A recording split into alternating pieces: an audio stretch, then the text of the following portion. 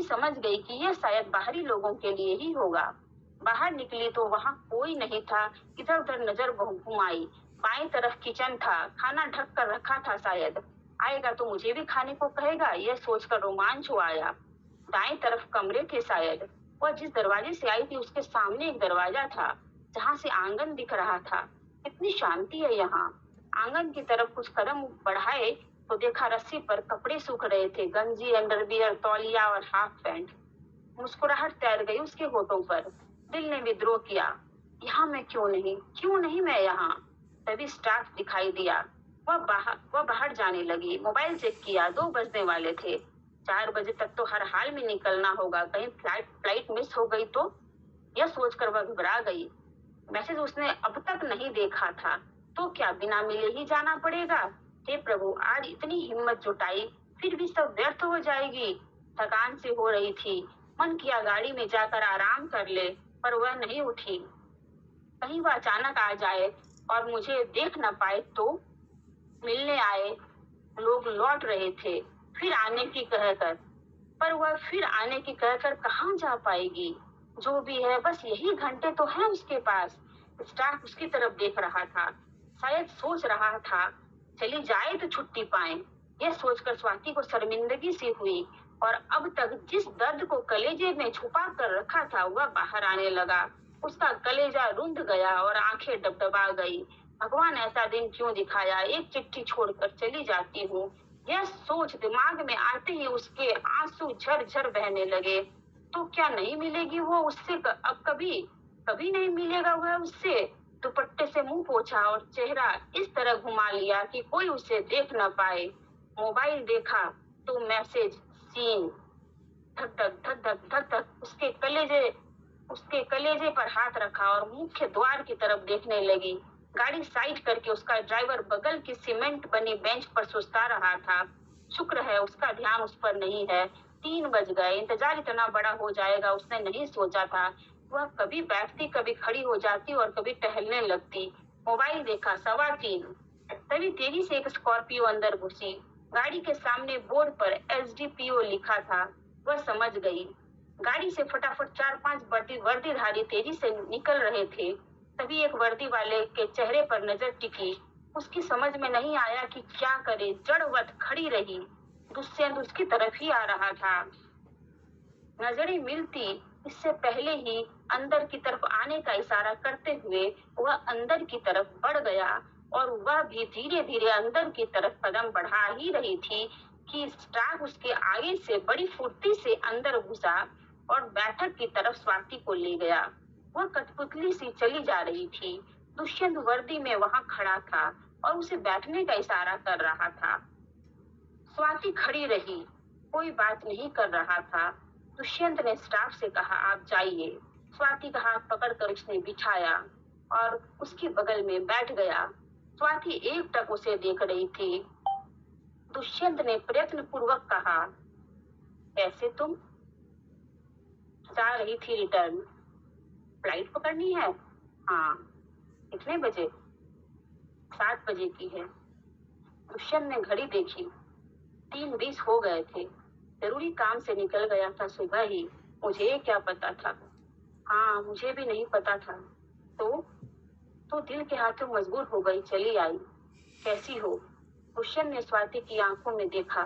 स्वाति ने उसकी। सिर्फ पानी ही पानी था दोनों तरफ। कुछ रुक कर दुष्यंत ने कहा, रुक जाओ, कल चली जाना। हट पागल, तुम नहीं सुधरोगे। दोनों रोते रोते हंस दिए। मैं भी चलूं तुम्हारे साथ? कहाँ? अमेरिका तक चलता हूँ। स्वाति के कलेजे में फूंक सी उठी। अब अगले जन्म में। दुष्यंत ने जोर से ठहाका लगाने का प्रयत्न किया। कहा, एयरपोर्ट तक तो चलने की अनुमति दे दो और मेरी गाड़ी ड्राइवर, उसे भेज दो। पर ऐसे कैसे? कुछ पल का तो साथ मांग रहा हूँ। मैं भी तो इसलिए आई थी। तो ठीक है, उसे भेज देते हैं। साधिकार। दुष्यंत ने जब यह बात कही तो स्वाति कुछ नहीं बोल पाई। अपने स्टाफ को बुलाकर दुष्यंत ने उसे कुछ समझाया और पैसे देकर गाड़ी का हिसाब करने को कहा। स्वाति आत्मविभोर से सब देखती रही। मैं चेंज करके आता हूँ, कहते हुए वह कमरे की तरफ लपका।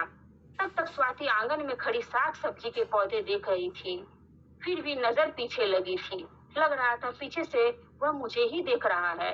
दुष्यंत ने आते ही उसके हाथों में अपनी उंगलियां फंसाते हुए जोर से दबाया। क्या देख रही हो? बस शांति है यहाँ। हाँ, सो तो है। मैंने कई बार ऐसी कल्पना की थी तुम यहाँ आई हो, पर यह सच हो जाएगा मुझे यह विश्वास नहीं होता। विश्वास तो मुझे भी नहीं हो रहा। दोनों की नजरें मिली। साहिब, खाना लगा दें? स्टाफ आंगन में खड़ा था। नहीं, अभी मन नहीं। चाय ले आओ। लगता है ध्यान नहीं देते खाने पीने पर। ऐसा नहीं है, बस अभी निकलना है इसलिए खाया ही नहीं जाएगा। तुम आ गई हो, क्या कहूँ कितना खुश हूँ। अब इस जगह तुम्हारी याद बनी रहेगी। शादी नहीं करोगे? जरूरत ही नहीं, बाद में सोचूंगा। बाद में क्या? कोई तुम्हारे लिए बैठी रहेगी? हमारे लिए कोई क्यों? चाय आ गई और आंगन में ही कुर्सियां लग गई। सर, कुछ खाएंगे? स्टाफ के पूछने पर दुष्यंत ने स्वाति की तरफ देखा। भूख तो लगी थी, पर स्वाति ने मना कर दिया। फिर आओगी ना? कुछ कह नहीं सकती, और फिर तुम्हारा तबादला हो गया तो?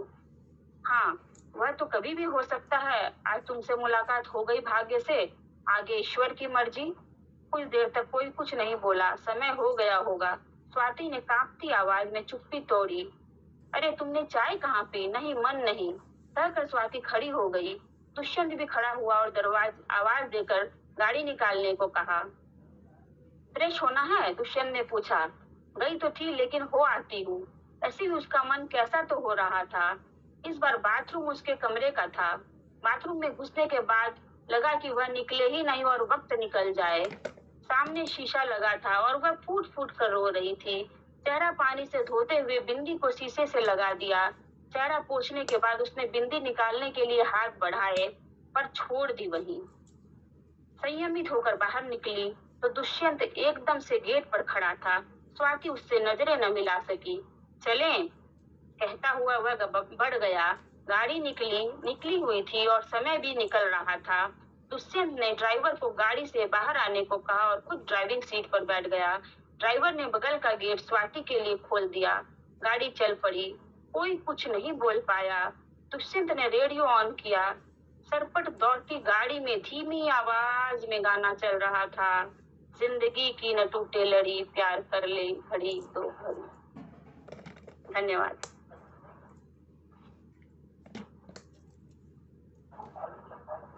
बहुत बढ़िया डॉक्टर नीलू अग्रवाल जी, आपकी यह प्रेम कहानी ही मानी जाएगी मुझे लगता है। और वैसे तो हम यहाँ आमंत्रित करते हैं मात्र कि ऐसी कहानी हो जो 10 मिनट की हो, ताकि अधिक से अधिक लोग भाग ले सकें। आज प्रसन्नता की बात है, आज भीड़ हम नहीं देखना चाहते हैं। चुनी हुई कहानियाँ हमारे सामने दिया जाए 5-6 लोगों की तो बहुत है। अब आज हमारे मंच पर जितने लोग हैं सब चर्चित रचनाकार लोग हैं।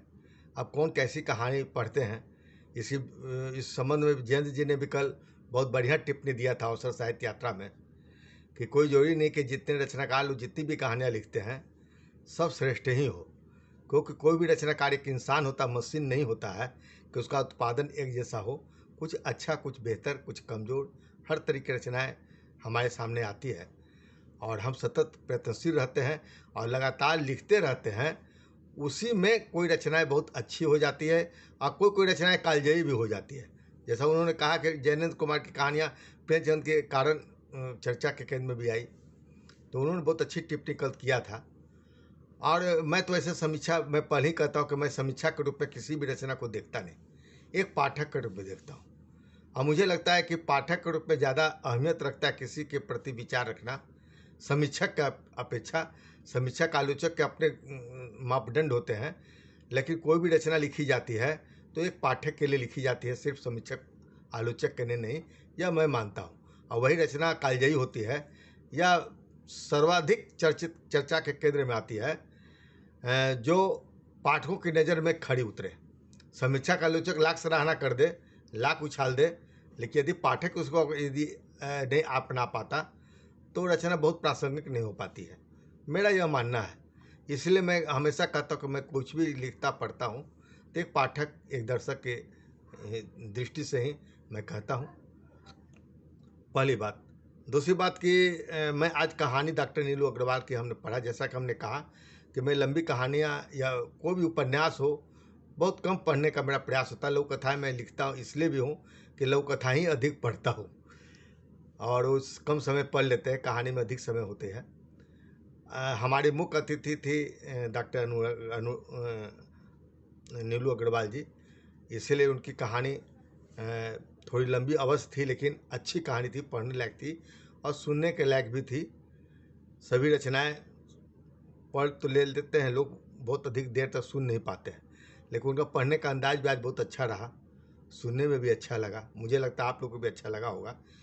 उनकी कहानी के बारे में मुझे जो एक पाठक दृष्टिकोण में मुझे जो लगी वो कहानी, वो मैं आपको बतला रहा हूँ।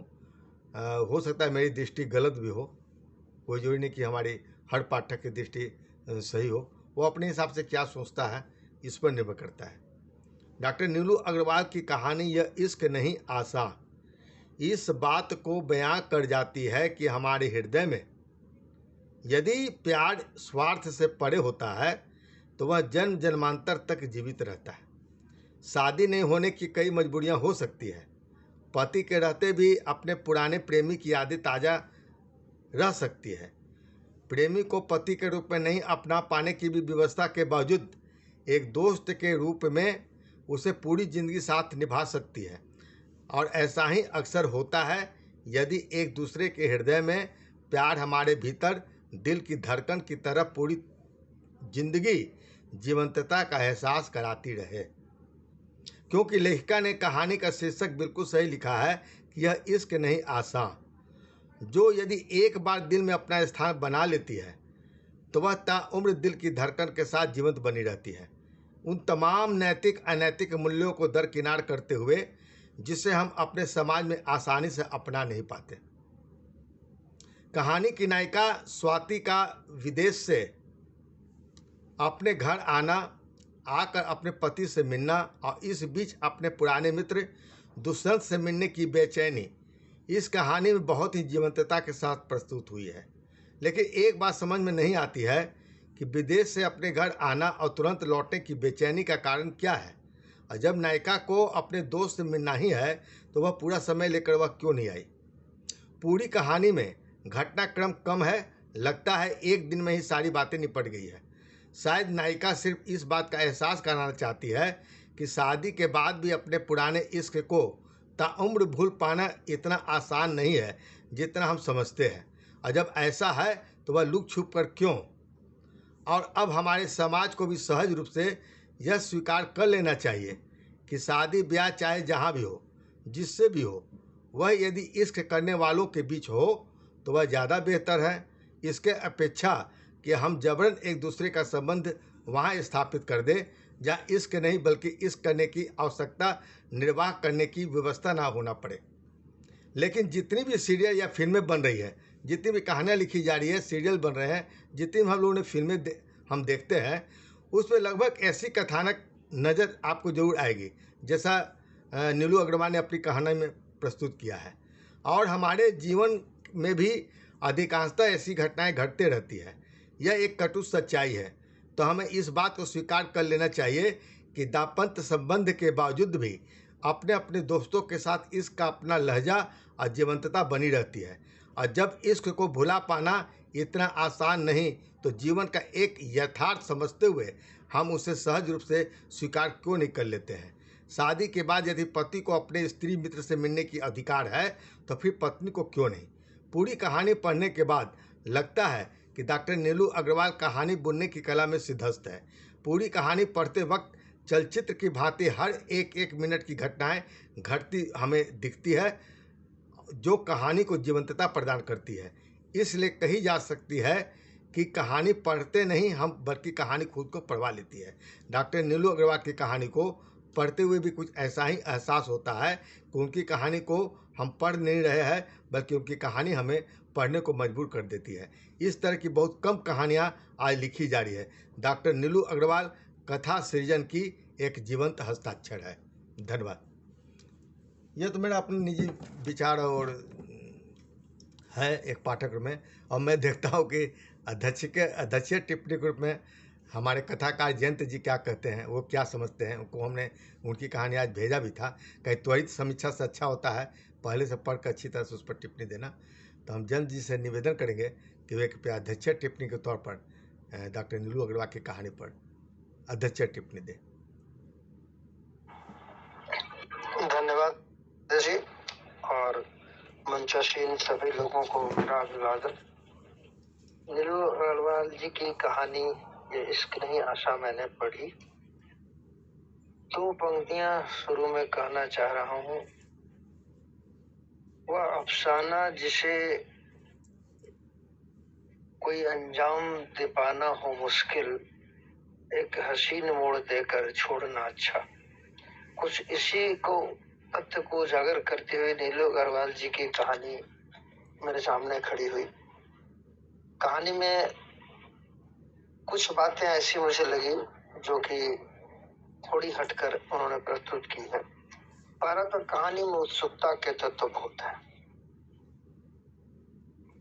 नायिका का देश में लौटना और साथ में ये सोचना कि वह पहले से कहीं उसके मन में प्लानिंग नहीं है, वह सोच रही है कि मिलेंगे नहीं मिलेंगे, अनायास प्लानिंग हो जाती है। लौटने की तैयारी जल्दी से जब करती है वह, जितने दिन भी उसने अपने नहर में गुजारे, जिस दिन लौट रही है उस दिन उसके मन में यह बात है कि हम थोड़ा पहले निकल लें। पहले निकल लेती है और उसका प्रयास है कि वह दुष्यंत से मिल ले।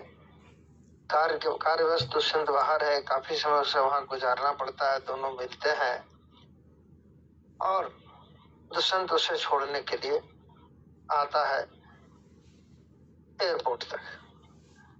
यहाँ एक चीज ध्यान रखना होगा, शीर्षक जी ने कहा कि जैसो कहानी में सीधापन सा है, मतलब कहानी सीधे ऐसा लगता है कि वह क्यों नहीं पहले से मिलने के लिए तैयार होगा, ये क्यों नहीं इसने ज्यादा समय दिया।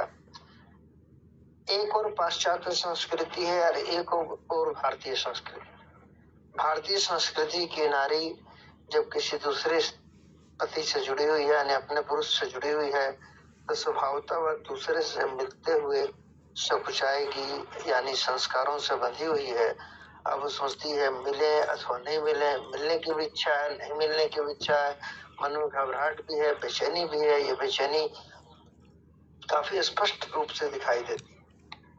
यही कारण है कि उसने मिलने के लिए अलग से सबको ये नहीं कहा कि मैं मिलने जा रही हूँ, क्योंकि यहाँ उसे समाज का भय। हमारे यहाँ का वो सामाजिक बंधन अभी टूटा नहीं है। इसी सामाजिक बंधन के प्रति, तो हमारे सामाजिक बंधन के कारण ही विदेशी आज भी हम लोगों से आकर्षित है। वे यहाँ संबंध करना चाहते हैं, विदेशी लड़कियां या विदेशी पुरुष। यहाँ का जो सामाजिक बंधन इतना अटूट है कि वह नहीं टूटता है, लेकिन विदेशों में प्राय ऐसा नहीं होता है। कहानी में यह स्पष्ट नहीं है कि जो नायक अमेरिका में रह रहा है वह विदेशी है अथवा भारतीय। खैर जो भी हो, उससे कोई मायने नहीं है। कहानी बहुत ही बढ़िया उत्सुकता का तो बना हुआ है। शुरू से लेकर अंत तक कहानी में उत्सुकता बनी हुई है कि वह मिलती है तो क्या होगा।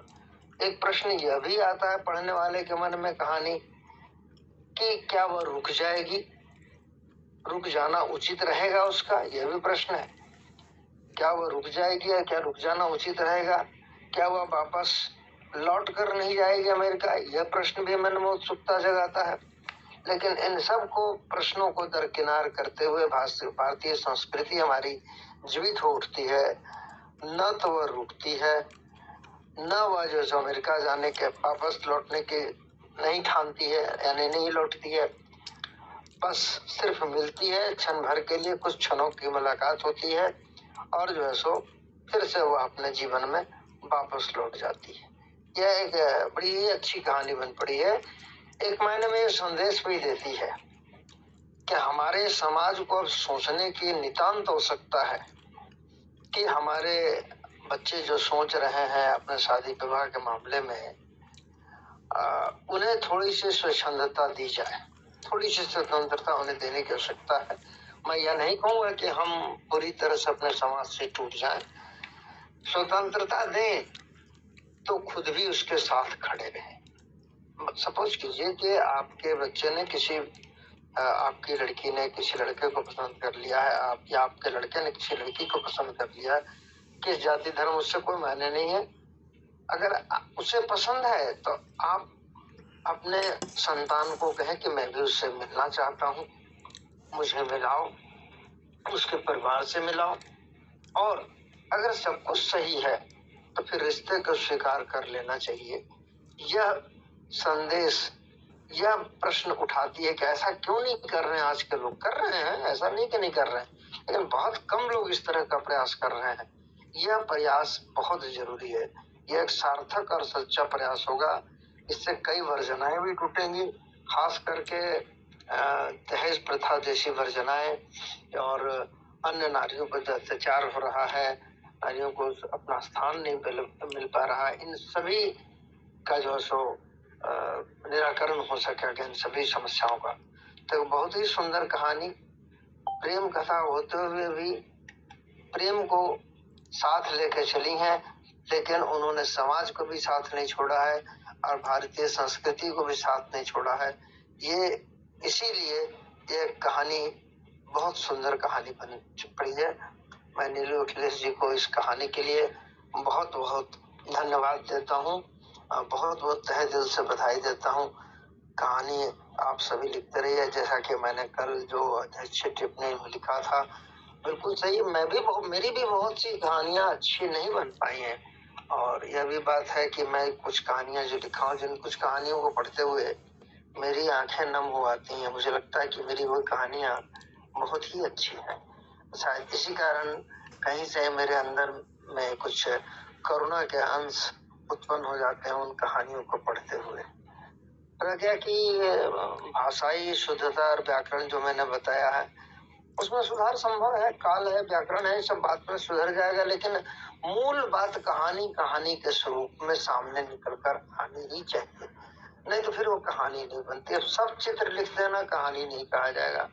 या संस्मरण, अब जहां तक देखिए संस्मरण की बात है, संस्मरण पर भी बहुत अच्छी कहानी तैयार हो सकती है। आज जो मैं आपको कहानी सुना रहा हूँ, एक घटना, छोटी सी घटना है, और कहीं कि आज मेरे पास कुछ ऐसा नहीं है, बस सिर्फ याद उस घटना की है। उसी घटना की याद को लेकर और क्षण भर के स्मृति को लेकर मैंने कहानी लिखी, और वो कहानी के रूप में सामने आई। तो कहानी को कहानी के रूप में लिखना होगा। हम सभी अगर कहानी लिखते हैं तो एक चीज ध्यान रखें, आज हमारे पास बहुत बढ़िया साधन है। भाषा का नया स्वरूप आपको गूगल पर मौजूद है। कहीं भी किसी शब्द में भी आपको भटकाव हो, मैं भी भटकता हूँ, क्योंकि शिक्षण एक जो है सो, आप में से अगर कोई लोग शिक्षा से जुड़े हुए हैं, जैसा कि मैं शिक्षा से जुड़ा हुआ था, हूँ और रहूंगा, तो जीवन पर्यंत, मृत्यु पर्यंत अगर मैं होश में हूँ तो सीखने की प्रक्रिया चलती रहती है।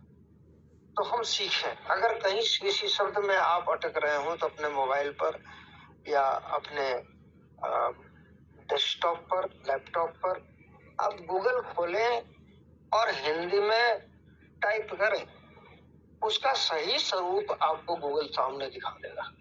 ये एक बहुत बड़े रहस्य की बात है, मैं छिपाता नहीं हूँ, क्योंकि मैं सोचता हूँ कि मेरे पास जो चीज अगर आप तक भी पहुंचे तो बहुत अच्छी बात होगी, सब लोग सीखेंगे। तो कहीं पर भी अगर आप किसी शब्द पर अटक रहे हो, बेझिझक गूगल में लिखें, और गूगल उसका एकदम प्रचलित स्वरूप, अभी थोड़ा सा बदलाव आया है। हम लोगों ने जो भाषा सीखी अपने बचपन में और आज तक जो शब्द जान रहे हैं, उन शब्दों में गूगल के आने के बाद अंतर्राष्ट्रीय तौर पर कुछ बदलाव आ गया है, और हिंदी के कुछ ऐसे शब्द जो हमको लगता है कि सही है, हमें लगता है कि सही है, गूगल ने उसको बदल दिया अंतर्राष्ट्रीय तौर पर, और वही शब्द मान्य हो गए।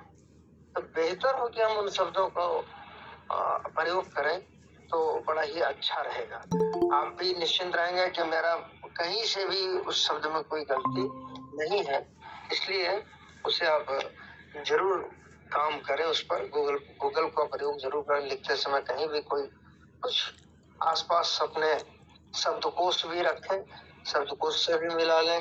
तो एक बार जो आपके ये में वो आ जाता है तो बड़ा ही अच्छा रहेगा कि एक बार अगर आपने अपने आप को सुधार कर लिया तो वो चीज आपकी अपनी बन जाती है। आपने उसे प्रयोग में ले आया तो वह अपनी बन जाती है। इतना ही कहना है। नीलू अखिलेश जी को उनकी कहानी के लिए मैं एक बार फिर से बहुत बहुत धन्यवाद देता हूँ। बहुत बहुत सिद्धेश्वर जी की अनुमति हो तो मैं अपनी कहानी पढ़ लूं। बहुत बहुत धन्यवाद जयंत जी, आपने बहुत बढ़िया अध्यक्ष टिप्पणी दिया है डॉक्टर नीलू अग्रवाल की कहानी पर। मुझे लगता है कि अग्रवाल वो स्वीकार की होंगी और आपने सकारात्मक रूप से ही सारी बातें कहा भी है। और इससे बढ़िया और समीक्षा क्या हो सकती है। मैं नहीं कहता कि उनको पाठकीय प्रतिक्रिया में मिल गई और एक अध्यक्ष की ओर से समीक्षात्मक टिप्पणी मिल गई। तो हमारा उद्देश्य यही होता है कि मुख्य अतिथि जो लोग आए उनकी रचना धर्मिता पर एक मूल्यांकन करते हुए बातें भी की जाए जो आज हुई। अब इसके बाद हम इस सत्र के बाद उनके अध्यक्ष उद्बोधन के बाद दूसरे सत्र का आरंभ करते हुए हम चाहेंगे कि जयंत जी अपनी एक कहानी का पाठ करेंगे और उस पर अपनी संक्षिप्त टिप्पणी देंगी डॉक्टर नीलू अग्रवाल जी। तो जयंत जी, आप कृपया अपनी एक कहानी का पाठ करने का कष्ट करें। सिद्धेश्वर जी और मंच पर आसीन अन्य सभी विद्वानजन, मेरी कहानी का शीर्षक है अंगूठा छाप। यह कोरोना काल में लिखी गई कहानी है। सुखी राम को कॉलेज में आए अभी 5 मिनट ही हुए थे कि एक साथी ने कहा कि प्रिंसिपल साहब बुला रहे हैं। उसका मन खिन्न हो गया। 58 वर्ष की उम्र हुई, 30-32 वर्ष नौकरी करते हो गए, ऐसा आदमी नहीं देखा। तभी दूसरे साथी ने फिर से कहा कि साहब बुला रहे हैं। वह भारी मन से उठ खड़ा हुआ और उनके कक्ष में जा पहुंचा। उसने जो अनुमान लगाया था वही बात थी।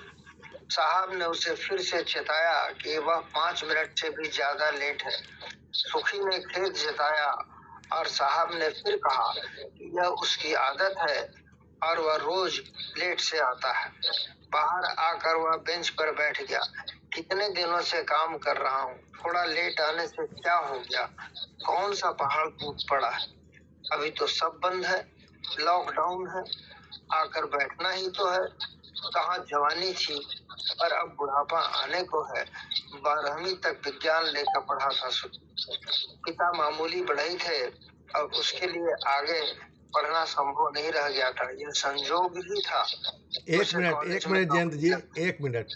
ऋचा वर्मा जी, अपना माइक को जैसा बंद कर लीजिए, बहुत सनसनाहट आ रही है। उनकी कहानी इस पर सुनाई दी। हाँ, आप पढ़िए।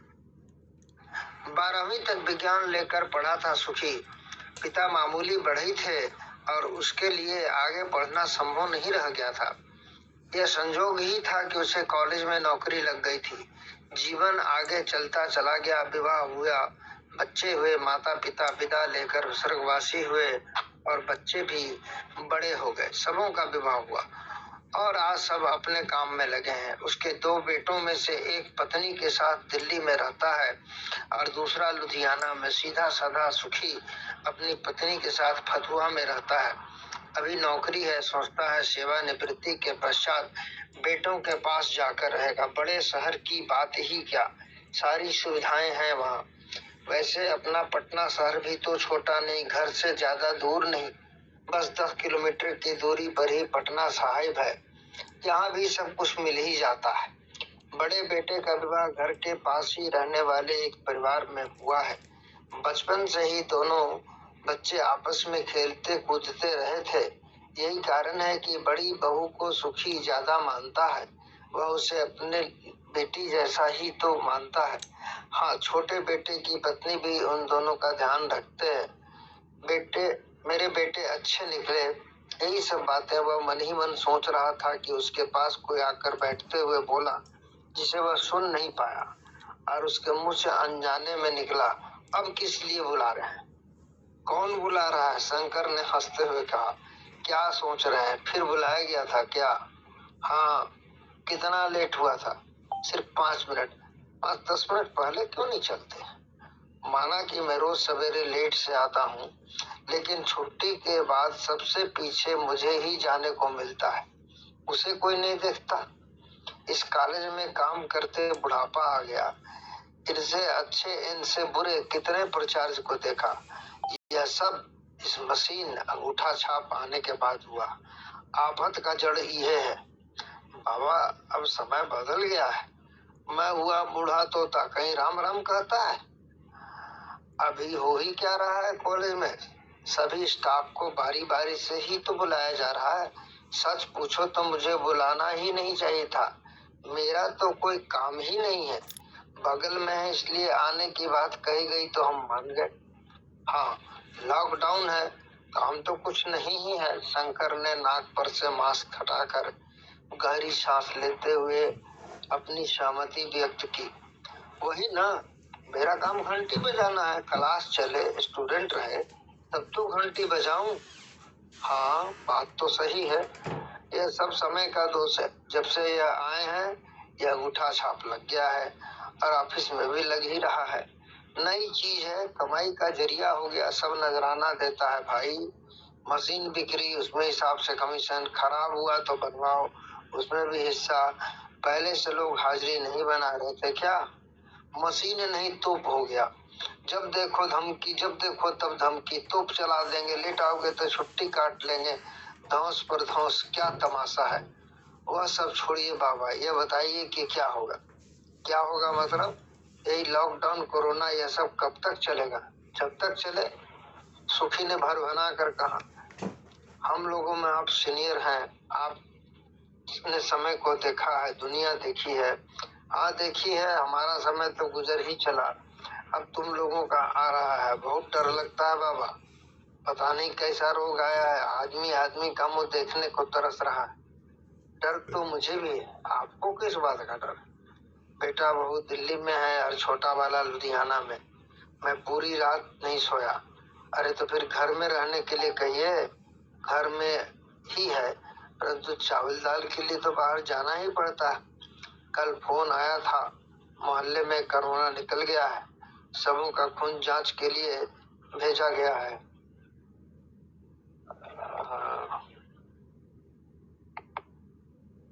2 मिनट। बहू शरीर से कमजोर है, 1 महीना पहले बच्चा खराब हो गया था, पहली बार पेट से थी, 2-2.5 महीने का था। चिंता करना स्वाभाविक है, बहू को बुला लेना चाहिए था, लेकर आने ही वाला था, तभी जनता कर्फ्यू लग गया, कोई सवारी ही नहीं मिली, टिकट अलग बर्बाद हुआ, फिर तब से तो गाड़ी ही बंद है। वो फिर गंभीर हो गया, उसके चेहरे पर तनाव के बादल छा गए। शंकर ने उसे समझाया था कि यह सब तो चलता ही रहता है और नौकरी अपनी जगह है। दूसरे दिन भी सुखी को आने में 10 मिनट देर हो गई। वैसे भी चिंता के कारण उसे नींद नहीं आई थी। उसने सोच लिया था कि यदि आज साहब ने कुछ कहा तो वह खरी खरी सुना देगा, छुट्टी की अर्जी दे देगा। सहने की भी सीमा है। कुल मिलाकर 45 स्टाफ ही आ रहे हैं। 1-2 घंटे बाद सभी लौट जाया करते थे और ताला बंद कर वह भी अपने क्वार्टर चला जाता था। दोनों हाथों पर सिर को टिकाए हुआ मन ही मन स्वयं से वार्तालाप कर रहा था। छोटी नौकरी से कहीं अच्छी खेती बाड़ी है या छोटा धंधा। जीवन तो झिड़कियों को सुनते गुजर गया। पता नहीं साहब लोग ऊपर वाले साहब से सुनते हैं या नहीं। आदमी एक जगह काम करता है, मिलजुल कर प्रेम से इस दुनिया का काम क्यों नहीं चलता? जो भी हो, छोटे लोगों का भाग्य छोटा ही होता है। पता नहीं भगवान ने ऐसा क्यों बनाया, करना भी क्या है। सब कुछ गुजर ही गया। बचे समय और जीवन को किसी तरह अपना काम करते हुए ईमानदारी से गुजार देना है। अगले दिन जब सुखी आया तो उसके चेहरे पर हवाइयां उड़ रही थी।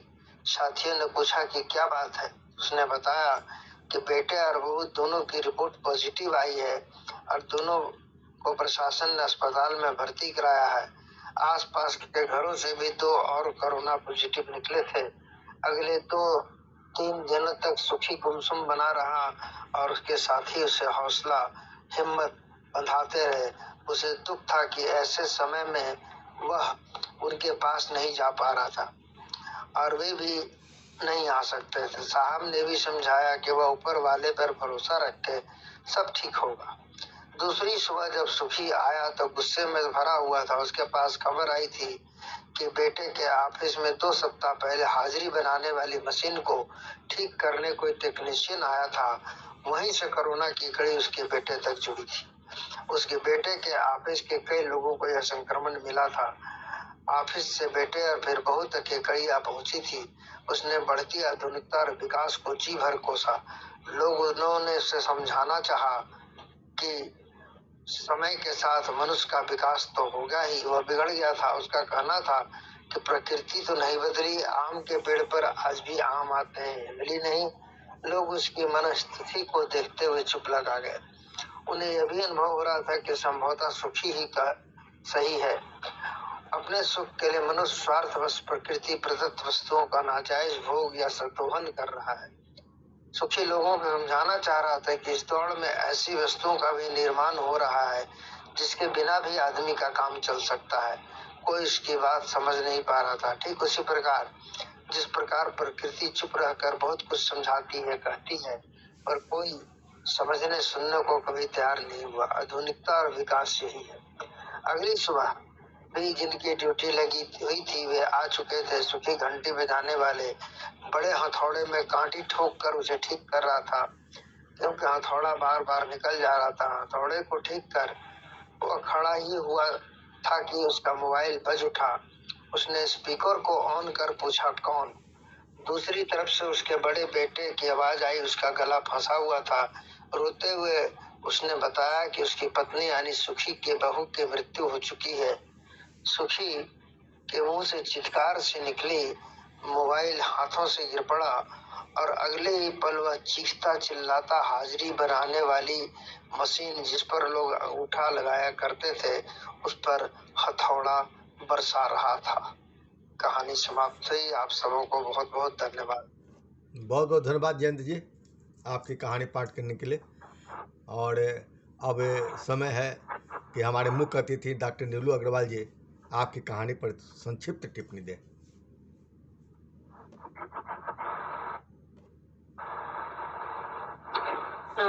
बहुत ही सुंदर कहानी थी जयंत जी की, और जयंत जी की कहानियां मैं पढ़ती रही हूँ और मुझे उस कहानी का शीर्षक नहीं याद आ रहा है सर, जो आपके संग्रह में था, जिसमें ट्रेन रेलवे स्टेशन की एक कहानी थी, अगर मुझे याद दिलाएंगे। स्लेटी करके कुछ एक बच्ची की कहानी थी, जो भीख मांगने वाली एक बच्ची थी, उसकी एक कहानी थी। उसका शीर्षक अगर जयंत जी मुझे याद दिलाएंगे, क्योंकि मुझे याद नहीं आ रहा, मैं बड़ी परेशान हूँ उस कहानी को लेकर। तो किस वो संग्रह में कहानी भी मुझे बहुत अच्छी लगी थी। किस संग्रह में थी? जो सिद्धेश्वर सर के साथ जो और भी 8-7 ऋचा जी की भी उनमें कहानी थी। परिचय तो 7-8 लोग की जो हमारे यहाँ चौथे के में जिसका कथा दशक में कथा दशक में वो कहानी थी कॉपर ब्राउन। हाँ, उसमें कॉपर ब्राउन। हाँ, कॉपर ब्राउन। हाँ जी जी जी, वो मुझे शीर्षक याद नहीं आ रहा था, मैं परेशान हो रही थी। तो बड़ी अच्छी लगी थी मुझे वो कहानी आपकी, और ये कहानी भी सर उतनी ही अच्छी लगी। और पहली बात तो कि मैं बहुत ध्यान से सुन रही थी अपनी कहानी की समीक्षा, और बहुत बहुत धन्यवाद इतनी सटीक और सही हुई समीक्षा देने के लिए। आपने जो भी कहा है उस पर मैं जरूर अमल करूंगी। और मैं इतनी बड़ी तो कथाकार नहीं हूँ और नहीं समीक्षक हूँ जो आपकी कहानियों पर मैं राय दे सकूं। फिर भी सर ने कहा है तो मैं थोड़ा बहुत बोल पाऊंगी कि जो ये अंगूठा छाप कहानी है, जहाँ तक मुझे समझ में आ रहा है सर, कि ये कुछ बहुत ज्यादा बड़ी नहीं है, बहुत कुछ नहीं बोल के भी बहुत कुछ बयान कर रही है। और इसका सार जहाँ तक मुझे ये समझ में आ रहा है कि मनुष्य जो है वो मशीन की गिरफ्त में आकर मशीन बनता जा रहा है। महामारियां आती रहती है, और हमने भी कोरोना नामक महामारी झेली है। और महामारी जब आती है तो वह मनुष्य को सबक देने के लिए ही आती है। सुखी राम जो कि कॉलेज का चपरासी है, और उसकी आदत है कि वो अपनी प्रवृत्तियों के साथ जीना चाहता है। वो बाल बच्चे वाला है, अपने जीवन से संतुष्ट है, अपने परिवार से संतुष्ट है कि मेरे बच्चे मेरा ख्याल रखते हैं। उसकी एक प्रवृत्ति है कि वह विलंब से आता है, और वह सोचता है कि क्या जरूरी है कि इस पे एडजस्ट नहीं किया जा सके, इस चीज पर क्यों जो है हम मशीन होते जा रहे हैं। मैं अगर विलंब से आता हूँ तो मैं विलंब से जाता भी तो हूँ। इस बात पर किसी का ध्यान क्यों नहीं जाता है, क्यों व्यक्ति मशीन होता जा रहा है। और एक मशीन जो वहाँ बायोमेट्रिक मशीन लग गई है, जिसमें कि अंगूठे का निशान देना पड़ता है, उस मशीन से वह खासा परेशान है, क्योंकि उसमें जो है वो अंगूठा छाप उसमें देना पड़ता है, इसके कारण उसे समय पर आने के लिए उस पर दबाव होता है। ठीक वैसे ही जैसे कि प्रकृति जो है, प्रकृति के ऊपर मशीन हावी है, उसी प्रकार से उसकी जो प्रवृत्ति है विलंब से आने की, उस पर बायोमेट्रिक मशीन हावी है। मशीन पर और भी बात कही है, मशीन जो है वह कमाई का जरिया हो गया है, उन चीजों का भी आविष्कार हो रहा है जिनकी हमें आवश्यकता नहीं है। ये बहुत बड़ी बात आपने यहाँ पर कही है कि मनुष्य जो है धीरे धीरे अपने हाथ पांव और अपने अंगों को धीरे धीरे वो अंगों से बेजार होता जा रहा है, उसका यूज करना छोड़ता जा रहा है, क्योंकि मशीनें आ गई हैं। आज से कुछ वक्त पहले हमें मोबाइल के नंबर याद हुआ करते थे या हमारी डायरी में लिखे होते थे, लेकिन आज के डेट में हमारे पास वो सब कुछ नहीं। अगर हमारा मोबाइल खो जाता है तो हम ब्लैंक हो जाते हैं। तो इस तरह से मशीन पर हम इतने ज्यादा डिपेंडेंट हो गए हैं कि मशीन जो है वो हमें विनाश का कारण बनते जा रही है, और बेरोजगारी का तो कारण निसंदेह बन ही रही है मशीन। और इस मशीन ने जिस प्रकार हमारी प्रकृति का नाश किया है, उसी प्रकार बायोमेट्रिक मशीन जो है वह सुखी के परिवार का नाश कर देती है। उस बायोमेट्रिक मशीन के कारण उसकी बहू को कोरोना हो जाता है और वह बहू चली जाती है, और इसका आघात जो है उसे गंभीर आघात लगता है, उसे बर्दाश्त वह नहीं कर पाता है। इसके साथ ही जो जयंत जी ने स्वरोजगार की बात उठाई है वह भी बहुत महत्वपूर्ण है कि रोजगार जो है वह बहुत महत्वपूर्ण है। नौकरी पर आश्रित होने से अच्छा है कि हम स्वरोजगार की बात करें और 10 लोगों को रोजगार भी दें और अपने मन की कर पाएं। और एक बात और कि आम के पेड़ पर जिस प्रकार आम लगते हैं, कुछ नया नहीं हुआ है, उसी प्रकार हमें भी निश्चय ही वापस अपने प्रकृति की तरफ लौटना ही पड़ेगा। और कहते हैं ना कि वो सब साइकिल होता है, सभी चक्र होता है, तो ये चक्र है, जीवन चक्र है, और सब कुछ लौट कर आता है। वैसे ही हमें भी इस आधुनिकता और विकास के चंगुल में जो हम फंसे हैं, वापस से हमें अपने पुरातन व्यवस्था की ओर जाना ही पड़ेगा। अगर सरवाइव करना चाहते हैं, हम अगर बने रहना चाहते हैं इस पृथ्वी पर, तो हमें अपनी पुरातन व्यवस्था की तरफ लौटना पड़ेगा। धन्यवाद। बहुत बहुत धन्यवाद। धन्यवाद नीलू जी। बहुत बहुत धन्यवाद डॉक्टर नीलू अग्रवाल जी। मुझे उम्मीद नहीं थी कि इतनी बढ़िया समीक्षा आप डॉक्टर जयंत जी की कहानियों पर आप देंगे, और बहुत ही जल्दी में आपको ये कहानी। हाँ, बहुत बहुत धन्यवाद डॉक्टर नीलू अग्रवाल जी। कह रहा था कि मुझे उम्मीद नहीं थी कि इतनी बढ़िया समीक्षा आप कर पाएंगे डॉक्टर जयंत जी की कहानी पर, और इतनी जल्दी में, जबकि कहानी उनकी हमने आपको आज ही भेजा था, और आप उनकी कहानियों को हमेशा पढ़ती रही, इस बात का एहसास होता है। आपने लायक भी नहीं हूँ कि जयंत जी की कहानी पर मैं बोल सकूं, नहीं, मैंने पहले कहा, प्रयास किया। मैंने पहले कहा कि हम लोग जो टिप्पणी देते हैं ना, वो कई समीक्षकों से ज़्यादा महत्वपूर्ण इसलिए हो जाती है कि हम लोग सीधे सीधे उसको सुनते हैं, और हमारे उनके प्रति क्या प्रतिक्रिया हुई। प्रतिक्रिया तो कोई भी दे सकता है ना, तो और आपने तो प्रतिक्रिया ही नहीं दिया, बल्कि आपने तो समीक्षा कर दिया है बहुत बढ़िया ढंग से, और जयंत जी भी उससे संतुष्ट है, मुझे लग रहा है। और निश्चित तौर पर जयंत जी एक सशक्त कथाकार है, और वो हमेशा अपनी कहानियों के माध्यम से सामाजिक, पारिवारिक कुछ न कुछ बात, वो कहानी का तो उद्देश्य भी होता है कि हम पाठकों को हम कुछ प्रेरणा दे पाए, कुछ यह बतला पाए कि आपको क्या करना चाहिए, क्या सकारात्मक हम कदम उठा सकते हैं या उठाना चाहिए। जैसा आपने कहा कि उन अपनी कहानी के माध्यम से कहा कि स्वरोजगार भी यदि लोग अपनाने लगे तो हम और नौकरी के भरोसा ही बैठे रहे, उससे बेहतर कि हम स्वरोजगार प्राप्त करके आगे बढ़ें। और कोरोना जैसे काल बहुत सारी चीज़ें सिखलाई, इसमें कोई दो मत नहीं है। कोरोना जहाँ एक तरफ विनाशकारी रूप में आई है, वहाँ बहुत तरह से कई तरह से प्रेरणा और शिक्षा भी दिया है। तो इस तरह से उनकी कहानी निश्चित तौर पर बहुत उपयोगी है, और कहानी तो उपयोगी होनी ही चाहिए, चाहे जिस रूप में हो, चाहे वह परंपरा में एक नया बदलाव लाने की दिशा में हो, चाहे वह सामाजिक और वैचारिक बदलाव की लाने की दिशा में हो। चले हम इस क्रम को आगे बढ़ाते हुए, जयंत जी ने जैसा कहा भी था कि वो 2 सवा 2 बजे तक टाइम देंगे, लेकिन मैं चाहूँगा कि थोड़ी सी और समय ले, ताकि हमारे आज बहुत अधिक कथाकारों की भीड़ भी नहीं है। अच्छी बात है कि नहीं है कि हम उनकी कहानी को अच्छी तरह से सुन भी सकते हैं। तो आपके टिप्पणी की तो बड़ा महत्वपूर्ण आवश्यकता होगी। आपके अनुपस्थिति में तो टिप्पणी डॉक्टर नीलू अग्रवाल भी दे सकती हैं, किंतु आप अध्यक्ष हैं, आप दे तो ज़्यादा बेहतर होगा। तो इस क्रम में मेरे पास 2 और कथाकार हैं, हम मुझे लगता है कि 10-12 मिनट की छोटी छोटी कहानियाँ वो पढ़ेंगे। जैसा हमने कहा भी था कि 10 मिनट तक की कहानियाँ पढ़े तो ज़्यादा बेहतर है। आज मैं हूँ जी, आज सबसे मैं पहले हूँ श्रीमान। जी जी, धन्यवाद धन्यवाद। तो आज 2-3 कथाकार है, ज़्यादा नहीं, हमको छोड़ कर 2 हैं। और ये 2 भी कथाकार पूरा हो जाते तो मेरी मेरी कामना पूरी हो जाएगी, क्योंकि एक एक सशक्त कथाकार। अब आज हम देख रहे हैं कि महिलाओं की संख्या बहुमत में है, तो महिला हमेशा सक्रिय रही हैं हर क्षेत्र में। पूनम श्रेष्ठी जी आज सबसे पहले जुड़ी थी। हम उनका हार्दिक स्वागत करते हैं पूनम श्रेष्ठी का, क्योंकि पूनम श्रेष्ठी को लोग एक गज़लकार के रूप में पहचानते हैं कि बहुत अच्छी कवित्री हैं, गज़लकार हैं, शायरा हैं। एक चित्रकार के रूप में अब धीरे धीरे पहचाने जाने लगी है। जब से मेरी कला यात्रा पेज शुरू हुआ है, वो एक से एक कलाकृतियाँ भेजने लगी हैं।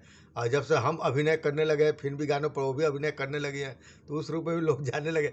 कई तरह से वो हमारे लिए प्रेरणा, उनके लिए हम प्रेरणा बनते रहे हैं। तो बहुत बहुत धन्यवाद पूनम श्रेष्ठी जी। हर तरह से आगे बढ़ने की कोशिश करती हैं, जिस तरह हम कोशिश करते हैं। हर चाहिए भी कि हर लोग को जो इच्छा हो उस क्षेत्र में आगे बढ़ने की कोशिश तो जरूर करनी चाहिए। सफलता चाहे जिस क्षेत्र में मिले। हम देखते हैं कि आज वो अपनी कहानी लेकर आ रही है, वो कहानी में किस तरह की कहानी पढ़ना चाहते हैं, और हमारे अध्यक्ष महोदय उस पर टिप्पणी देंगे कि उनकी कहानी कहाँ तक है, कैसी है। तो पूनम श्रेष्ठी जी, आपको हम आमंत्रित करते हैं आपको आपकी एक कहानी के लिए। उसके बाद ऋचा वर्मा जी तैयार रहेंगी। धन्यवाद सिद्धेश्वर जी। ज्यादा समय न लेते हुए मैं अपनी कहानी शुरू करती हूँ। मेरी कहानी का शीर्षक है कलयुग की गाथा। जिंदगी की तेज रफ्तार में मुरली प्रसाद को इस तरह ठहरना पड़ेगा, उसने इसकी कल्पना नहीं की थी। विश्राम, और वह भी अस्पताल में, जहां वह बेड पर सोते जगते अपने विगत जीवन के लेखा जोखा करते हुए अपना समय बिताएगा।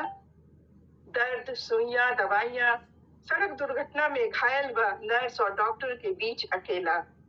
क्या है उसकी गाथा? तो चले मुरली के पास। शिशु मुरली की मनोहारी छवि, मोहक मुस्कान को देखकर यशोदा मैया सी माँ बलैया लेती न थकती थी। चपल और चंचल मुरली के आसपास कब गोपियां मंडराने लगी, कब वह सुदर्शन पुरुष बन गया, और कब राधा उसके वास्ते आधा हुई, वक्त ने बताने की मोहलत न दी। प्रेम लीला में मगन मुरली मुरली बजाता और राधा उस तान को सुनकर दौड़ी चली आती। लेकिन यह द्वापर युग नहीं, घोर कलयुग है। केवल मुरली बजाने से यहाँ काम नहीं चल सकता, पढ़ना लिखना भी जरूरी है। कोई प्रतियोगी परीक्षा पास करनी होती है और तब जाकर अच्छी नौकरी मिलती है। नौकरी मिलने के बाद कोई रुक्मिणी तो चाहिए ना। ऐसे कोई अपनी बेटी का हाथ थोड़े ना देगा। मुरली मेधावी था, उसने मुरली को कलम बना दिया। खूब मन लगाकर पढ़ाई की, प्रतियोगी परीक्षा में सफल हो गया। साला मैं तो साहब बन गया वाली फीलिंग लिए जब मोहल्ले में निकलता तो ब्याह लायक बेटी के बाप के मन में उसे दामाद बनाने की इच्छा बलवती हो जाती। राधा के पिता इस कतार में सबसे आगे खड़े थे। बेटी की पसंद उनकी पसंद थी। शादी की बात करने शुभ मुहूर्त में, शुभ दिन शुभ मुहूर्त देखकर मुरली के घर पहुंच गए। राधा सुंदर, सुशील और बीए पास थी। उसके पिता दान दहेज देने में असमर्थ थे, और यहाँ दहेज में क्या क्या चाहिए उसका बड़ा सा लिस्ट थमा दिया गया। मुरली चाह कर भी इस मामले में कुछ नहीं कर पाया। राधा तो उसके दिल में बसी थी। दिल और दिमाग के बीच चली बहस में दिमाग ने बाजी मार ली। कुछ ही महीनों बाद स्मार्ट अमीर जादी फटाफट अंग्रेजी बोलने वाली बॉब कट और गहनों से लदी रुक्मिणी एक बड़ी कार में दान दहेज के साथ उसके द्वार पर आई। स्वागत में मंगल गीत गाए गए। साधारण शक्ल सूरत वाली उसकी रुक्मिणी घूंघट कंधे पे गिराए, पेंसिल हिल की सैंडल पहने टक टक टक टक करती कार से उतरकर उसके घर में प्रवेश की। दूर झुरमुट में राधा आंसू बहाती, कभी रुक्मिणी के कटे बालों को तो कभी उसकी ऊंची पेंसिल हिल की सैंडल को देखती। उसका प्यार का पड़ला तराजू के धन के पड़ला पर बहुत हल्का था। मुरली की पोस्टिंग किसी दूसरे शहर में हुई थी। पहाड़ी जगह में हनीमून मनाने के बाद वो अपनी सोन चिड़िया को लेकर पोस्टिंग में जाने वाला था। 1-2 दिन बाद ही दोनों हनीमून के लिए शिमला चले गए। नौकरी पर वापस आने के बाद मुरली अति व्यस्त हो गया और रुक्मिणी सरकारी आवास में आम, लीची, अमरूद, जामुन, पपीता, केला, आंवला और ताजा हरी हरी सब्जी के सेवन से बिखरने लगी थी। स्टाफ और सेवक सेविका के कारण हाथ पांव भी डुलाना नहीं होता था। Walking, shopping, talking, yoga, music और मेकअप में उसका समय कैसे बीत जाता पता ही नहीं चलता। पास के शहर में उसके मॉम डैड रहते थे। जब मन किया उनसे मिलने चली जाती और उन लोगों का भी अक्सर आना जाना लगा रहे। इकलौती बेटी जो ठहरी। क्वार्टर में मुरली के दोस्त व सहकर्मी सभी आते, बस उसके घर के लोगों की एंट्री कम हो पाती थी, क्योंकि उन्हें देखकर रुक्मिणी का मन नीम करेला जैसा हो जाया करता था। मुरली की मैया यशोदा समझदार थी, समझ गई कि उनका बाल गोपाल अब माखन चुराकर खाने वाला बाल गोपाल नहीं है, अब तो बड़ा सरकारी अफसर हो गया है। सच ही तो था, मुरली की नजर अब तो सरकारी खजाने पर थी। भला माखन चुराने से क्या होने वाला है? रुक्मिणी नामक सफेद हाथी जो घर में है, सो मोटी कमाई के फेर में वह रात दिन व्यस्त रहा करता था। किस फाइल से कितना माल निकल सकता है उसी का चिंतन किया करता। ना समय पर खाता, ना समय पे सोता। उसे अपने लिए कुछ करने की फुर्सत कहाँ थी। खैर, समय की रेलगाड़ी छुक छुक चलती रही। तबादला का दौर चलता रहा, पदोन्नतियां भी होती रही। सरकारी आवास का आकार बढ़ा और सुविधाएं और भी बढ़ने लगी। समय बीत रहा था, लेकिन वे लोग 2 से 3 नहीं हो पा रहे थे। रुक्मिणी को फिगर खराब ना हो जाए की चिंता थी और मुरली अपने काम से इतना थक जाता कि बिस्तर पर जाता तो सुबह ही नींद खुलती। लेकिन मुरली तो मुरली था, भाग्यशाली। संतान सुख भी उसके भाग्य में बंधा था। रुक्मिणी के माँ बाप ने सेकंड हनीमून का इंतजाम किया। परिणाम सुखद रहा। 9 माह बाद ही रुक्मिणी ने जुड़ में बच्चे को जन्म दिया, एक बेटा और एक बेटी। कहते हैं ना, भगवान जब देता है तो छप्पड़ फाड़ के देता है। सो ईश्वर की कृपा उन पर बरसी गई। सेवक सेविका के साथ बच्चों का लालन पालन करना आसान था। बच्चे बड़े होने लगे। इस बीच रुक्मिणी की माताजी स्वर्ग सिधार गई। पिता अपने मकान को किराए पर लगाकर बेटी के पास रहने चले आए। ऐसा नहीं था कि मुरली को अपने माता पिता की याद नहीं आती, लेकिन व्यस्तता और पति का उनके प्रति अच्छा व्यवहार न होने के कारण उन्हें अपने पास रखने की हिम्मत कभी जुटा न सका। राधा की तरह उसे भी अपने से दूर कर दिया। दहेज के कारण राधा को न अपनाने का अपराध बोध अब मुरली के माता पिता को हो रहा था। काश वही उनकी बहू होती। बेटे का मुंह देखने के लिए तो नहीं तरसते। खैर, राधा की शादी हो चुकी थी। उसका पति किसी दूर शहर में नौकरी करता था। सुनने में आया कि शादी के 2 वर्ष बाद ही उसके पति ने वहीं किसी और के साथ अपनी गृहस्थी जमा ली थी। बेचारी राधा। मुरली को राधा के बारे में पता चला तो बहुत दुखी हुआ। उसे अपने किए पे ग्लानि हुई, पर अब कर भी क्या सकता था, लेकिन अपने आप को कभी माफ न कर सका। खैर, राधा से मुरली की भेंट फिर न होनी थी, न हुई। मुरली सब कुछ पाकर भी स्वयं को अकेला और दुखी महसूस किया करता था। मन की बातें कहे तो किससे कहे। उसे लगता यदि सादगी की प्रतिरूप राधा उसकी संगिनी होती तो उसकी जिंदगी कितनी आसान होती, और माँ उनकी आंचल की छांव में कितना सुकून पा सकता था। लेकिन मन की परेशानी जब हद से बढ़ जाए तो दिमाग भी सही से काम करता है भला। सो बिना पढ़े माल पत्तर के लिए फाइलों में हस्ताक्षर कर देता था। धीरे धीरे उन फाइलों ने अपने रंग दिखाने शुरू कर दिए थे। कब नौकरी पर संकट आ जाए यह सोच कर बस शंकित रहने लगा था। बात पर चिड़चिड़ा हो जाता था। इस बीच उसके ससुर अपनी अकूत संपत्ति बेटी के नाम कर स्वर्ग सिधार गए। दोनों बच्चे बड़े होकर इंजीनियरिंग में दाखिला ले चुके थे। वैसे गलत को सही करने के लिए मुरली के पास धन की कोई कमी न थी। फिर भी न जाने कैसा भय उसके मन में बैठ गया था, जो उसे किसी तरह जाने का नाम नहीं ले रहा था। वह अपने कैरियर के उच्चतम पद पर पहुंच चुका था, लेकिन भय उसका पीछा नहीं छोड़ रहा था। उसकी हालत देखकर रुक्मिणी ने डॉक्टर से परामर्श किया। मिस्टर प्रसाद, क्या तकलीफ है आपको? डॉक्टर ने पूछा। रुक्मिणी बोल पड़ी, डॉक्टर, ये आजकल बहुत चिड़चिड़े होते जा रहे हैं। इनको भूख बहुत कम लगती है, डरे डरे से रहते हैं। ठीक है मैडम, आप जरा बाहर बैठे, मैं अकेले में इनसे कुछ बात करना चाहता हूँ। रुक्मिणी कमरे से बाहर निकल गई। मिस्टर प्रसाद, आप बताएं, आपको किस बात की चिंता है? देखिए, मैं एक डॉक्टर हूँ, आप मुझसे आप अपनी परेशानी कह सकते हैं, बताइए। मुझे हमेशा लगता है कोई मेरे पीछे पड़ा है, मेरा सब कुछ मुझसे छीनना चाहता है। ऐसा क्यों लगता है? मैंने जिसे भी प्यार किया वही मुझसे दूर होते जा रहे हैं। मिस्टर प्रसाद, हो सकता है ये आपका भ्रम हो, ज्यादा स्ट्रेस ना ले। पत्नी से आपका संबंध कैसा है? उनका आपके प्रति व्यवहार अच्छा है, मगर दो बच्चे हैं, दोनों बेंगलुरु में इंजीनियरिंग की पढ़ाई कर रहे हैं, यानी बच्चों से भी कोई समस्या नहीं, जी नहीं। ऑफिस में कोई परेशानी? थोड़ी बहुत। ठीक है, आपको कुछ तनाव दूर करने की दवाइयां देता हूँ, उस दिन खाइए, सब ठीक हो जाएगा। डॉक्टर ने डिप्रेशन की दवाई लिख दी और रुक्मिणी को अलग से बुलाकर हिदायत दी कि इन्हें अकेला ना छोड़े, समय पे दवाइयां दे और घर का माहौल खुशनुमा बनाए रखे। वे क्या चाहते हैं जानने की कोशिश करे, उनकी इच्छाओं को पूरी करने की कोशिश करे। मुरली का इलाज चलने लगा। रुक्मिणी समय समय पे मुरली को डॉक्टर से दिखलाती रहती थी। दवाओं से वह थोड़ा रिलैक्स भी हुआ था। बच्चों का अंतिम वर्ष था और दोनों का कैंपस सिलेक्शन भी हो चुका था। ऐसे देखा जाए तो मुरली को चिंता करने का कोई कारण नहीं था, लेकिन आजकल वह फिर से सशंकित रहने लगा था।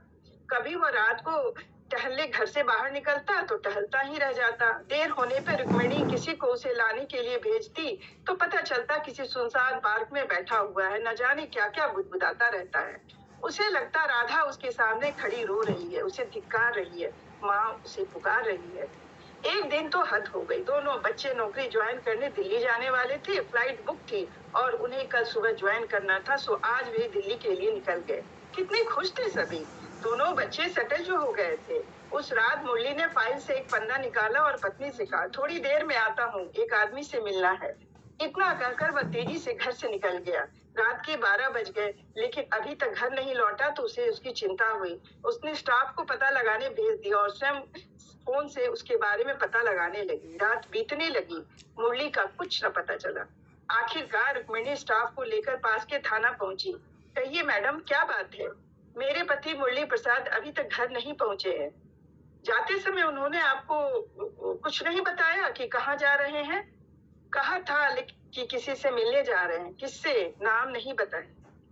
ठीक है, पता करवाते हैं, आप अभी घर जाइए। सुबह 5 बजे थाना से फोन आया, मैडम आप तुरंत थाना पहुंचे। रुक्मिणी किसी अनहोनी आशंका से कांप उठी। स्टाफ के साथ थाना पहुंची। मैडम आपको मेरे साथ चलना होगा, पास ही रेल की पटरी पर एक कटी लाश पड़ी है। क्या? रुक्मिणी ने बॉडी को देखा। यकीनन वह मुरली की बॉडी नहीं थी। उस दिन किसी चलती गाड़ी से उसके दुर्घटनाग्रस्त होने की अस्पताल से खबर आई थी। उसे गहरी चोट आई थी। वह बेड पर मूर्छित सा पड़ा था। रुक्मिणी ने उसके सिर पर हाथ रखा और रोते हुए बोली, कैसे हुआ? मुरली ने धीरे से अपनी आंखें खोली और कहा, माँ तुम आ गई। मैं रुक्मिणी। नर्स ने कहा, मैम पेशेंट से अभी बात ना करे। कुछ दिनों तक वहां उनका इलाज चला। रुक्मिणी उसे घर ले आई। मुरली ने देखा सामने माँ खड़ी है। उसके खुशी का ठिकाना ना रहा। वह माँ से लिपट गया। उसने रुक्मिणी से कहा, थैंक्स। यशोदा की गोद इस कलयुग में भी उसे नसीब हो गई, लेकिन उसकी राधा, वह तो उस युग में भी उसे पा ना सका था। भला इस कलयुग में उसे कैसे मिल सकती थी? धन्यवाद। बहुत बहुत धन्यवाद डॉक्टर पूनम श्रेयसी जी, आपकी कहानी के लिए। आपकी कहानी पढ़ने में सुनने में भी रोचक लगा और आपकी कहानी पर टिप्पणी तो वैसे मैंने अवसर साहित्य यात्रा में दिया ही था, लेकिन यहाँ पर आपकी कहानी पर टिप्पणी देंगे हमारे अध्यक्ष जयंत जी। संक्षिप्त में जयंत जी को आमंत्रित करता हूँ कि आप उनकी कहानी पर कुछ संक्षिप्त टिप्पणी दीजिए। उनकी कहानी मैंने टिप्पणी लिखी थी और कह रहा हूँ कि देखिए, ये कहानी एक सांकेतिक रूप में, प्रतीक रूप में उभर कर सामने आती है। प्रतीक बनाया गया है मुरली, राधा और उस समय के पात्रों को, और वर्तमान पात्रों से उसका जुड़ाव किया गया है। समय के अनुसार पात्र अपने अलग कार्य कर रहे हैं, अलग कर्तव्य बोध से जुड़े हुए हैं। बहुत सुंदर कहानी ये बनी है। और अंत में जो उम्मीद होती है कहानी से कि कहानी एक ऐसे अंत को दे जाए कि या तो प्रश्न चिन्ह खड़े करे या फिर वह कोई निर्णय दे जाए कि इस तरह से हो, या यह बता जाए कि ऐसा होना संभव नहीं था। वही चीज अंत में कहानी में निकल कर आती है कि वास्तव में जो कुछ भी घटित हुआ वह मुरली, आज के समय का मुरली वाला शायद बदल चुका है, और उसी मुरली वाले के बदलने के कारण सारा घटनाक्रम बदलता है कहानी का। और जहाँ तक बात होती है अंत में आकर उसके राधा से मिलने की, तो वह तो कभी संभव ही नहीं था, क्योंकि अगर आप देखने जाए राधा और मीरा और इस सब के ये को, तो स्पष्ट है कि राधा कभी भी कृष्ण की होते हुए भी कृष्ण की नहीं थी। राधा प्रतीक है मुक्ति मार्ग का, राधा प्रतीक है उल्टे चलने का। राधा को अगर हम उलट दें तो वो धारा बन जाती है। धारा के क्रम में आप बहेंगे तो बहते चले जाएंगे, या तो आप धारा क्रम में बहिए तब मुक्त होंगे, या धारा से उल्टे चल करके, राधा से उल्टा चल करके आप चले तो आप मुक्त हो सकेंगे। इसी चीज को बताते हुए ये कहानी, बड़ी ही सुंदर कहानी, मैंने टिप्पणी भी इस पर दी थी कि एक सुंदर कहानी बन पड़ी है। इनकी कहानियां मैंने पहले भी पढ़ी है, लेकिन इसमें कहने में मुझे कोई दो मत नहीं कि ये कहानी मुझे बहुत अच्छी लगी, बहुत बढ़िया लगी ये कहानी। लिखते रहिए मैडम इस तरह से, बहुत सुंदर कहानी, बहुत अच्छी कहानी। बहुत बहुत धन्यवाद जयंत जी, आपने तो बहुत सकारात्मक दृष्टि रखते हुए उनकी कहानी पर बहुत ही बढ़िया टिप्पणी आपने दिया है। और पूनम श्रेयसी जी देखे मुस्कुरा रही हैं, उनको बहुत खुशी हो रही है कि आपने उनकी कहानी पर इतनी बढ़िया टिप्पणी दिया। और मैं अभी कोई कहानी लिख पाई हूँ, ज्यादा नहीं लिखी हूँ, लिखना शुरू कर रही हूँ। फिर भी मैंने पिछली पे पढ़ी थी आपको, लेकिन ये कहानी मैंने आपको पहले ही कही थी, बहुत अच्छी लगी मुझे। जैसा उन्होंने कहा कि से आई है जयंत जी जैसा कहें कि कहानी रचनाकार कोई भी होता है तो सब रचनाएं या किसी कलाकार की सभी कलाकृतियाँ बहुत श्रेष्ठ हो, जरूरी नहीं है, वो मशीन नहीं है। बहुत अच्छी टिप्पणी की ये थी। उसी प्रकार हम लोग जो कुछ भी लिखते हैं तो कोई जो नहीं कि सभी कहानी बहुत अच्छी हो, लेकिन आपकी इस कहानी को जयंत जी ने ज़्यादा पसंद किया तो निश्चित तौर पर उसमें कुछ बात होगी। तो हम आपको बहुत बहुत धन्यवाद देते हैं इसके लिए, एक अच्छी कहानी को यहाँ पर प्रस्तुत करने के लिए। देखिए हम लोग जितने लोग यहाँ मिलते हैं, भीड़ की बात नहीं होती, यहाँ भीड़ जुटाने से कुछ बात भी नहीं निकलती, न इतनी गंभीरता से हम लोग एक दूसरे को सुनते या समझते या बात करते, लेकिन एक सृजनात्मक विकास तो होती ही है, इसमें कोई दो मत नहीं है। जितने भी रचनाकार हम लोग जुड़े, अब आज हम एक दूसरे को बहुत बढ़िया से सुन भी रहे हैं। इतने रचनाकार भीड़ होती तो शायद जल्दी जल्दी आगे बढ़ने की कोशिश होती। तो अब हमारे मंच पर एक और रचनाकार रह गए, ऋचा वर्मा जी, जो राजीव बिहार और तर्पण में हमारे साथ सह संपादन के काम भी कर रही हैं।